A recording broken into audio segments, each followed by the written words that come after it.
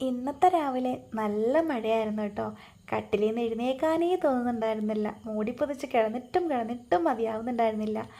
മഴ നോക്കിക്കൊണ്ട് നിൽക്കാൻ നല്ല രസമുണ്ടായിരുന്നു. കുഞ്ഞിപ്പൂ മീനാക്ഷിയമ്മയും നല്ല ഉറക്കമാണ്. ട്യൂഷന് പോകണമായിരുന്നു അവർക്ക്. എന്നിട്ടും ഞാൻ വിളിച്ചില്ല കേട്ടോ. നേരെ ഒരു കപ്പ് ചായയൊക്കെ എടുത്തതായി ഇവിടെ വന്ന് കുറേ നേരം മഴ നോക്കിയിരുന്നു കേട്ടോ.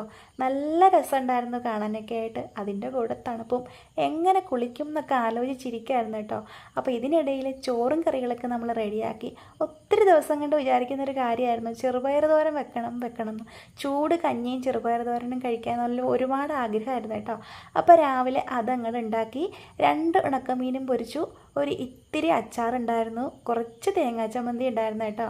അങ്ങനെ വിശാലമായ ഊണൊന്നും അല്ലെങ്കിലും നമ്മൾ ഇന്നത്തെ പൊതിച്ചോറൊക്കെ കെട്ടി റെഡിയാക്കി വെച്ചു കേട്ടോ. അപ്പോഴും പുറത്ത് നന്നായിട്ട് മഴ തകർത്ത് പെയ്യുന്നുണ്ടായിരുന്നേ.